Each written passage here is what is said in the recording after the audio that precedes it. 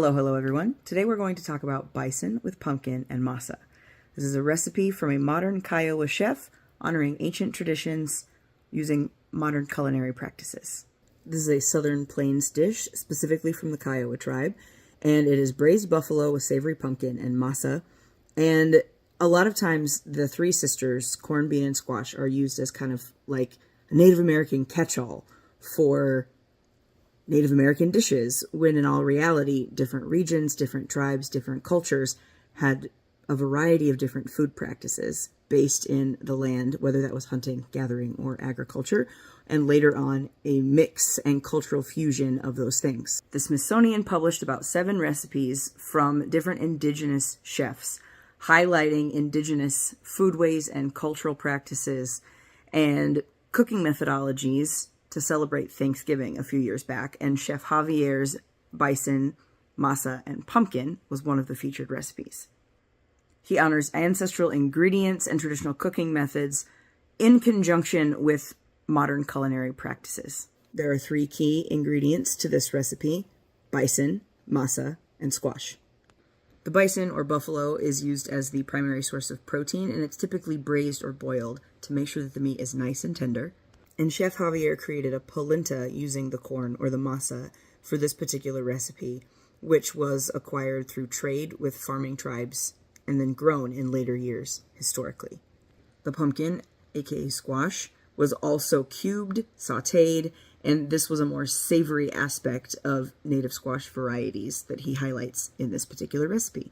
Historically and culturally, tougher cuts of game needed to be tenderized for them to be nice and savory and delicious and enjoyable, so Chef Javier uses a combination of searing and braising to accomplish this with his bison.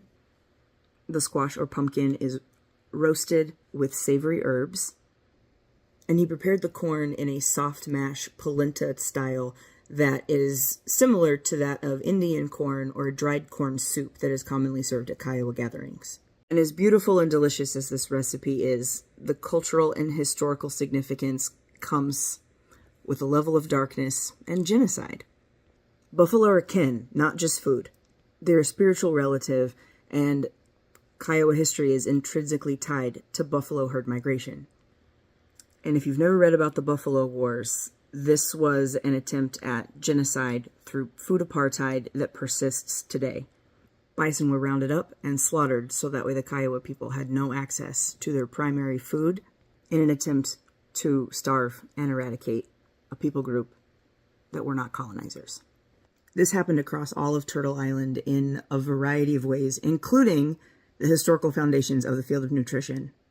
And as someone with Kiowa ancestry, I wanted to highlight my history and a cultural history that I have been removed from, so I still feel like much of an outsider even learning about these things today. Fortunately, there is resilience, and persistent ceremonies such as the gourd dance of the Black Legging Society, and it's where veterans and ancestors are honored using buffalo meat, and other cultural dishes that are brought in to not only honor those people, but the heritage and the lineage from which they came, as well as simultaneously honoring the spiritual relative, the bison. Bison is significantly leaner than beef, and it is higher in protein, iron, and B vitamins.